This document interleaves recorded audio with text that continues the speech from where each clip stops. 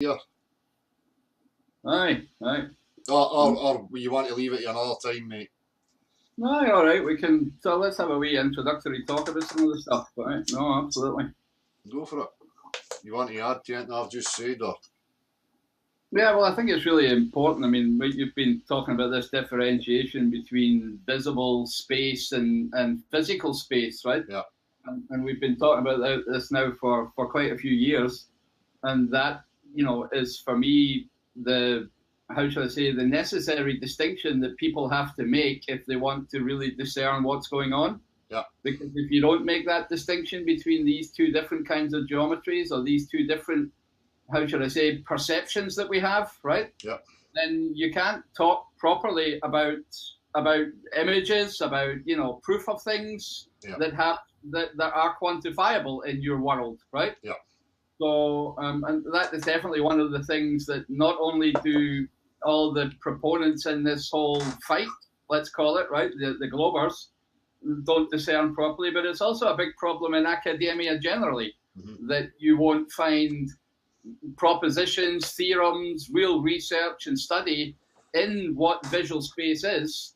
You won't find that in any of the physical sciences. You will find certain research topics in psychology, right?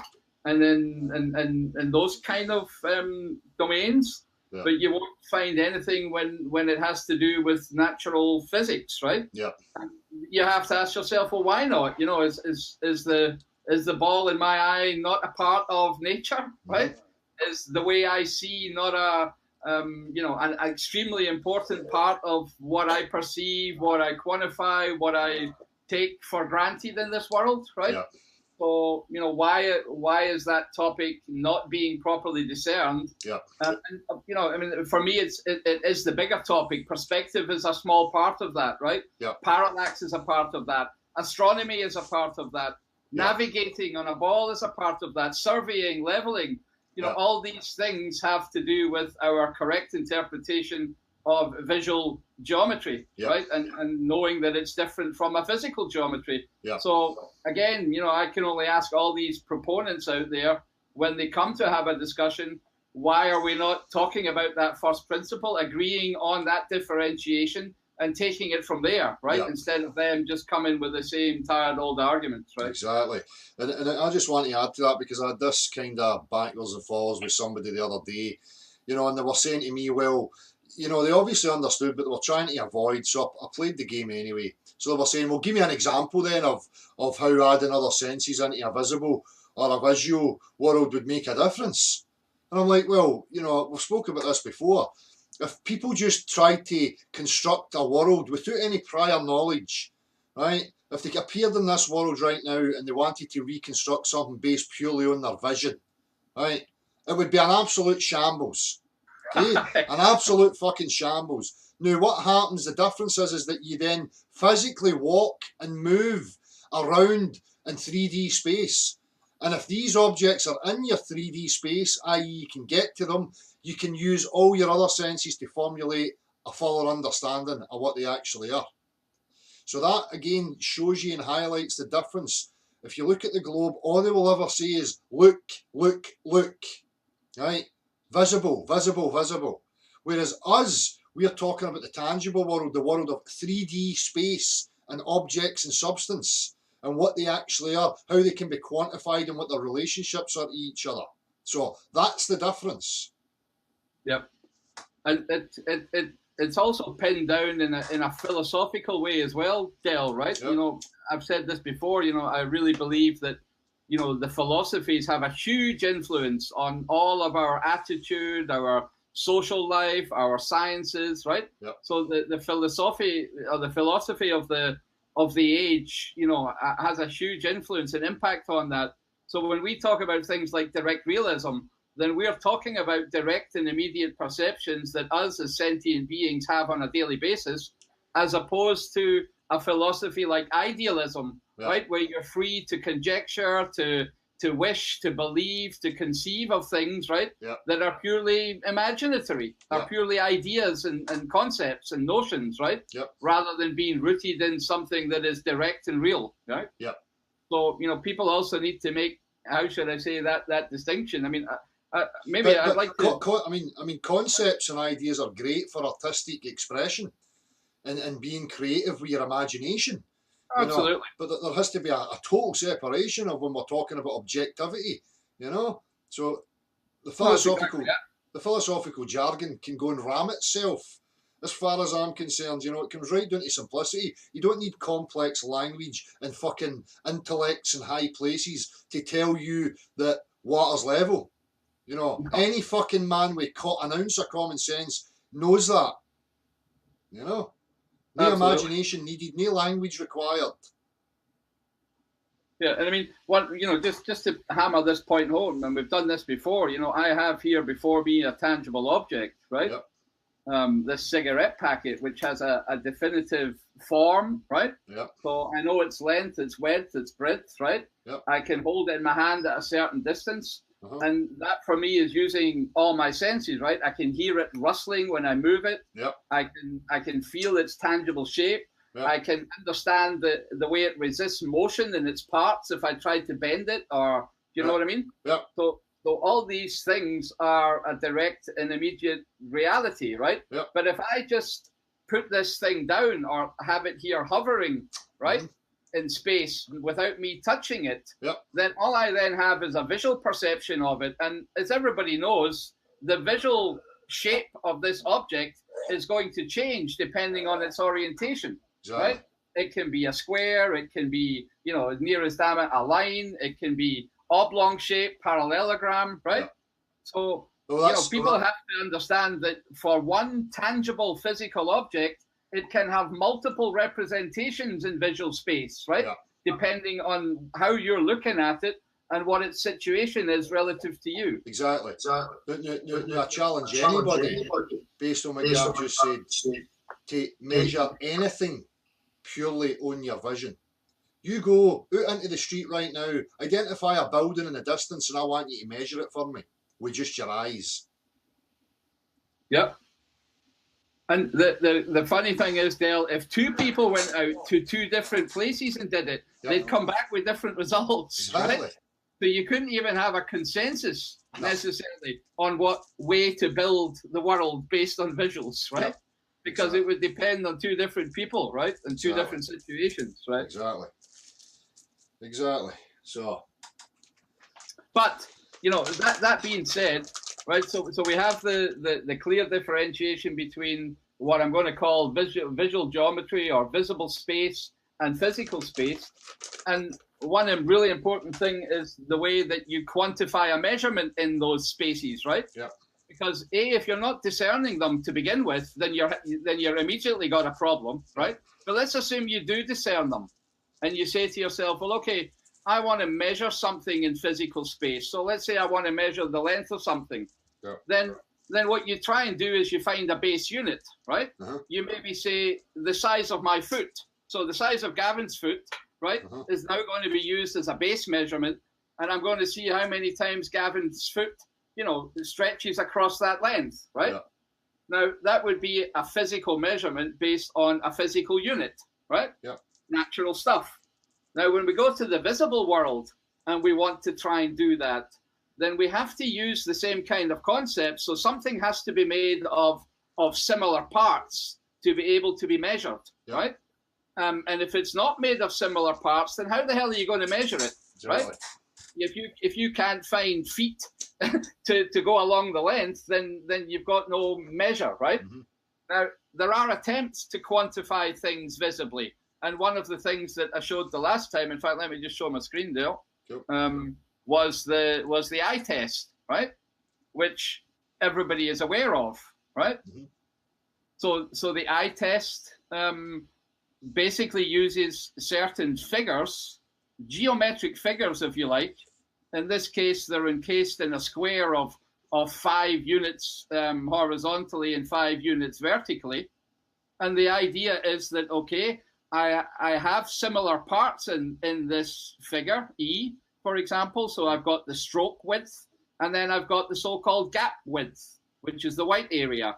And the stroke width would be the black area. Yeah. And you can see that it's made up of, 5 parts here vertically. And it's also the same horizontally, right? So you can you can find a visible, or you can define a visible object, you can make it made of similar parts, and then you can go away and try and, for example, measure the limits of vision. So where exactly, do the limits of vision occur, and what can we see and what can we not see properly, directly and discern properly. So, I mean, that's why this eye chart is invented, right? Mm-hmm. So that you can basically understand that, okay, under 1 arc minute of space in here, this gap, this white gap, if I can no longer see that, then this whole figure turns into a black box, right?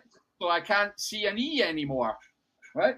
Yeah. So there are ways of trying to measure, for example, visual acuity, or measure the object sizes of things, but you have to be aware of the limitations of the geometry. But you can only measure angles. That's right? Also being done on tangibles, though, things that are attainable. Sorry, say again? I'm saying why am I getting that heavy feedback? I'm saying the things that you're describing here are also based on tangibles, though, where you're taking a tangible, an understanding of something tangible, and then trying to formulate an understanding.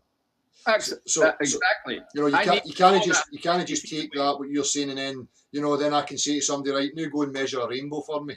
You can see the fucking thing, so measure it for me. You have to have something in the first place, as you were pointing at. Absolutely, Dale, and that's why the Snellen chart, you're supposed to stand 20 feet away from it, right? Yeah. But you actually have to have a physical measurable distance where your eye is at, right? Yeah. And and that has to be at 20 feet for you to have 20/20 vision, right? Yeah. I mean, that's why it's called 20/20 vision, or 6/6, because you have to be at a distance of 20 feet or a distance of 6 meters in the modern parlance, right? So, and yeah, you're quite right. So you can set up a visible measure of things, but you have to start from some tangible physical reality. Yeah. Yeah.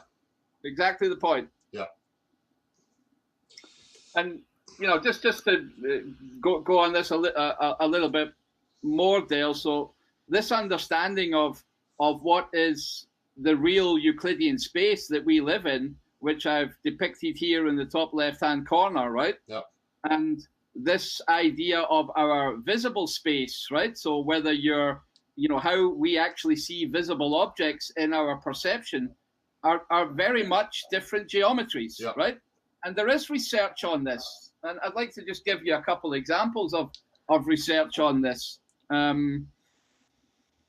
This one here, for example. So this is a research paper, right, about visual perception, yeah, where the people here in this research paper have basically come to the same conclusion. The binocular visual space is the same as the Riemannian space of constant Gaussian curvature, right? Yeah. Which is apparently the ball we live on, right? Yeah. Yeah. So, other people are looking at this topic, and there is real research going on, but unfortunately the area and domain it's in is all psychology and behavioral sciences. Yeah. And it should also be part of the natural sciences as to why, if our visual perception is using the same geometry as our physical geometry of this supposed ball we're on, then I want to know exactly what these differentiations are, Dale, right? Yep. And it shouldn't just be left to the papers of psychologists with the help of a little bit of mathematics. I want to see the whole of natural science look into this properly, right? Yep. And keep it, discerned and differentiated and not mixed all in one big bag, yep. right? And cherry-picked. Cherry-picked, exactly. Cherry-picked, So, I mean, this is I'm not quite sure how recent this paper is, but I just want to point out that there are, here we go. So 3 medical doctors and 2 mathematical analysts have helped, right? All 3, 2 PhDs trying to figure out the geometry of binocular. So they're talking about 2 eyes, right? Mm-hmm. But, understanding what visible space is. But there's just not enough of this research going on. Yeah. And that's because these people are also blind, They've never given it a second thought about water, Dale, yeah. right? Or about pressure to understand that it must be nonsense that we're being told, right? Exactly. So, all I want to say here is that this is not just some kind of stuff being pulled out our arses, right? It's proven science at the end of the day that our vision is different from our physical space, Yeah. whether it's what kind of geometry it is, elliptic, spherical, sometimes hyperbolic, depends on a whole plethora of different circumstances, right? Yeah. That we don't fully understand. Yeah. But this is where the conversation has to be, if you ask me, for us all to make sense of this world. Exactly. Yeah? Exactly. But again, you know, the tangible world is plain. It's a plane. That's what we know. That's the space we live in, and that's what we apply. Now you've got this cult trying to tell you it's just like that at a local level. The curve's out there somewhere, you know. Well, look how easy it is to define what the curve is. You know, I showed this the last time we were on, right? That the definition of a nautical mile, right, is set up such that the radius of the Earth, so the number of minutes in a radian, is equal to the number of nautical miles in the radius of the Earth, right? So this 3438 nautical miles is exactly the radius they tell us that we're living on, right? Yep. But it's also the same formula and the same mathematical tool that's being used to describe the geometry of vision, right? So you know, guys, you can't just go making those definitions and telling us that we're on a ball, right?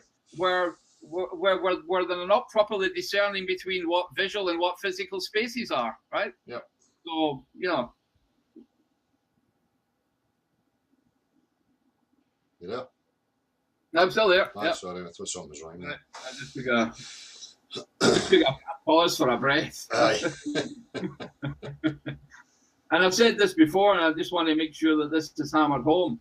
So when they make instruments, right, that are employed in things like surveying, leveling, and astronomy, then they are based on the principles of mathematics. Yeah. It's the mathematics that the choice of mathematics, the choice of geometry is what drives the creation of your instruments, because you're basically in your mathematics defining what it is you want to measure, right?